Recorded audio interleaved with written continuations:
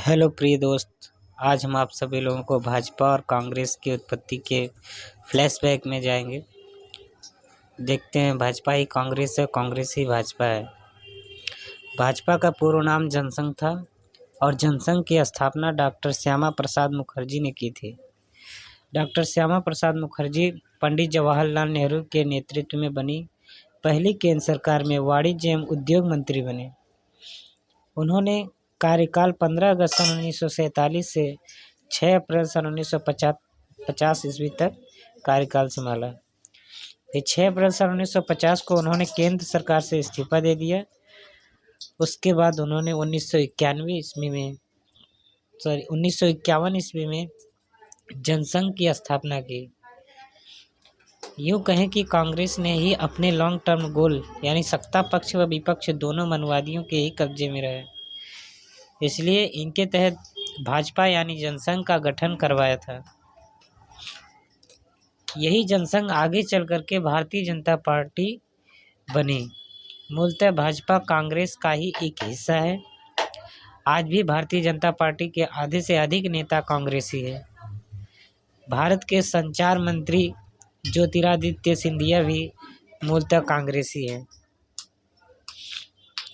असम के मुख्यमंत्री हेमंत बिस्वा शर्मा भी मूलतः कांग्रेसी है। वाणिज्य एवं उद्योग मंत्री जितिन प्रसाद भी मूलतः कांग्रेसी हैं।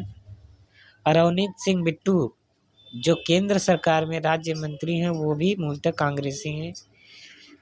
राव इंद्रजीत सिंह जी भी मूलतः कांग्रेसी हैं। वो यूपीए की सरकारों में मंत्री रहे, भाजपा की पिछली सरकारों में भी मंत्री रहे। अब वो राज्य मंत्री का पद संभाल रहे हैं। उनकी बेटी अभी भी भाजपा के टिकट पर अटेली विधानसभा से विधायक चुनी गई हैं। भाजपा की पंजाब इकाई के अध्यक्ष सुनील जाखड़ मूलतः कांग्रेसी हैं। मिलिंद देवड़ा मूलतः कांग्रेसी हैं। लेकिन आज भाजपा में अशोक चव्हाण मूलतः कांग्रेसी हैं।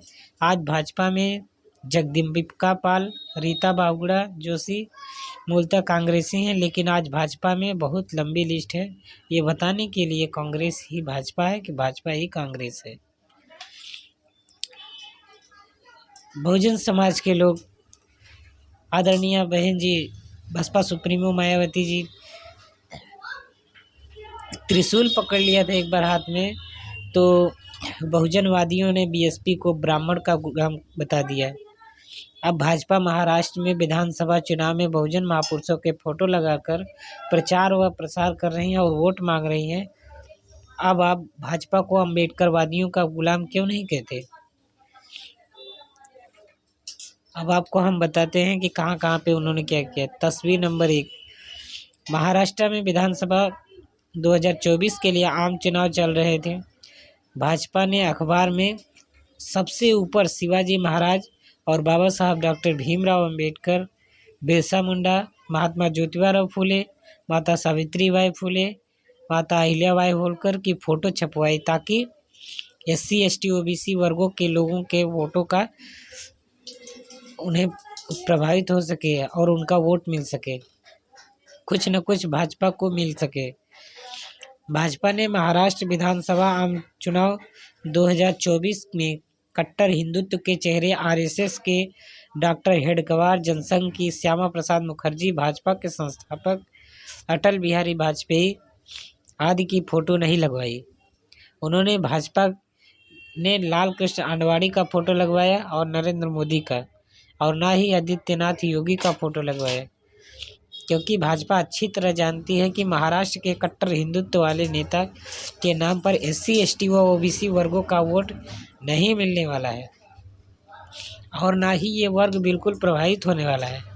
इसलिए भाजपा ने महाराष्ट्र में शिवाजी महाराज, बाबा साहेब अम्बेडकर, बिरसा मुंडा, महात्मा ज्योतिबा फुले, माता सावित्रीबाई फुले, अहिल्याबाई होलकर की फोटो लगवाई और भाजपा के किसी नेता व पदाधिकारी ने विरोध नहीं किया। देश में किसी ब्राह्मण, ठाकुर, बनिया, मराठा आदि ने भी भाजपा पर यह आरोप नहीं लगाया कि भाजपा दलितों की गुलाम हो गई है।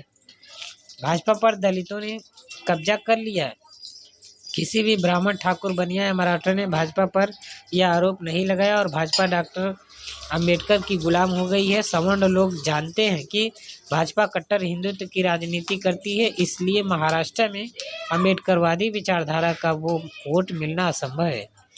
अगर SC, ST व OBC वर्गों में जन्मे महापुरुषों के फोटो लगाने से इन वर्गों का कुछ वोट प्रतिशत मिल जाए तो हमें इनकी फोटो से कोई परेशानी नहीं होनी चाहिए।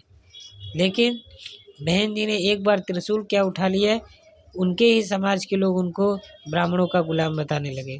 बाकी अन्य पार्टियों के लोग बाबा साहब का नाम लेकर के, ज्योतिबा फुले का नाम लेकर के वोट मांगते हैं हमारे SC, ST, OBC समाज के लोगों से, तो उनको कोई नहीं, उनके समाज के लोग बोलते हैं कि यह दलितों के गुलाम है। बस सोच सोच का फर्क होता है। तस्वीर नंबर 2, यूपी विधानसभा उपचुनाव 2022 के समय यूपी की पूर्व मुख्यमंत्री व BSP की राष्ट्रीय अध्यक्षा आदरणीय बहन जी ने ब्राह्मण वर्ग व धार्मिक हिंदुओं को साधने के लिए, उनके वोट लेने के लिए त्रिशूल अपने हाथ में ले लिया था। यह फोटो मीडिया में आते ही वायरल कर दी गई। जानबूझ करके BSP के खिलाफ गलत खबरें प्रचारित की गई। कहा गया कि बहुजन समाज के लोगों ने बहन मायावती जी पर तमाम आरोप लगाना शुरू कर दिया है।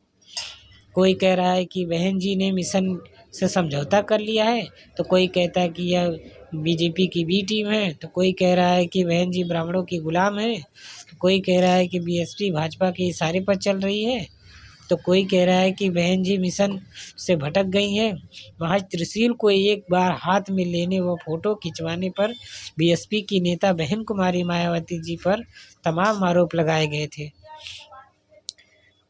सबको समझना चाहिए कि यह आरोप लगाने वाले ब्राह्मण, ठाकुर, बनिया नहीं थे, बल्कि यह SC, ST, OBC समाज, मुस्लिम वर्ग के लोग ही, उनके ही समाज के लोग उनको इस तरह से आरोप लगाते हैं। SC, ST व OBC वर्गों के पढ़े लिखे लोग, विशेष रूप से सरकारी कर्मचारी, लेखक, दिल्ली वाले प्रोफेसर, कवि आदि महज एक फोटो पर इतना उल्टा सीधा बोले, लिखे और BSP को बदनाम किया है। आज मैं बहुजन समाज के लोगों और विशेष रूप से दिल्ली में बैठे प्रोफेसरों, कवियों, लेखकों, पत्रकारों व सरकारी कर्मचारियों से पूछना चाहता हूं कि भाजपा ने महाराष्ट्र विधानसभा आम चुनाव 2024 में RSS के नेताओं, भाजपा के नेताओं व कट्टर हिंदू नेताओं के फोटो को नहीं लगाया, तो अब आप भाजपा को दलितों की पार्टी क्यों नहीं कहते? भाई, अगर चुनाव हो रहा है महाराष्ट्र में तो सबको लगाना चाहिए ना। लेकिन वहाँ जानते हैं कि महाराष्ट्र में किसका बोलबाला है, उसका प्रचार प्रसार करेंगे, इसका उनका फोटो लगाते हैं। अब भाजपा को अम्बेडकरवादियों लोगों की पार्टी क्यों नहीं कहते? अब भाजपा को जाटों की पार्टी व जाटों की गुलाम पार्टी क्यों नहीं कहते? क्या आप सारा मातारोपण BSP व आदरणीय बहन जी पर लगाना जानते हैं? क्या आप एक त्रिशूल पकड़ने से पहले मायावती जी ब्राह्मणों की गुलाम हो गई थी? क्या एक फोटो से BSP ब्राह्मणवादी पार्टी हो गई है? नहीं, बिल्कुल नहीं। बहुजन समाज के लोगों को राजनीति समझनी चाहिए, उनको सोचनी चाहिए। BSP ने कभी भी अपनी विचारधारा से समझौता नहीं किया। यदि ऐसा कर लिया होता तो आज यूपी की सत्ता में BSP होती। आदरणीय बहन जी, वह BSP पर आपने जो आरोप लगाए थे वे निराधार है। राजनीति सिर्फ एक ही जाति या धर्म तक सीमित नहीं होती है। राजनीति में हर जाति व हर धर्म का सम्मान होना चाहिए, वही असली राजनीतिज्ञ होता है। BSP देश में एकमात्र ऐसी पार्टी है जो पंथ निरपेक्ष में विश्वास रखती है, जो SC, ST, OBC, अल्पसंख्यक वर्ग व सवर्ण समाज के प्रति समानता रखती है।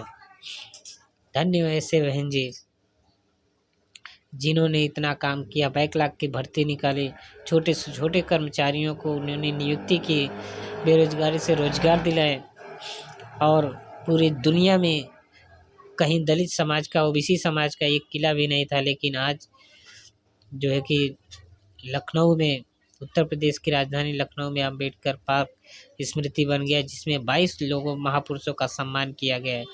छत्रपति साहू जी महाराज की मूर्ति लगी है, उसमें महात्मा ज्योतिबा फुले की मूर्ति लगी, सावित्रीबाई फुले की मूर्ति लगी है, गौतम बुद्ध की मूर्ति लगी हुई है, तमाम ऐसे जो है बहुजन समाज की मूर्ति लगी हुई है, क्या वो एक ही जाति के हैं?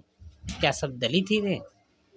लेकिन नहीं, उन्होंने सबका सम्मान किया, सबका आदर किया। सभी लोग जागिए, जागरूकता फैलाइए और शिक्षित बने, संगठित बने, संघर्ष करें।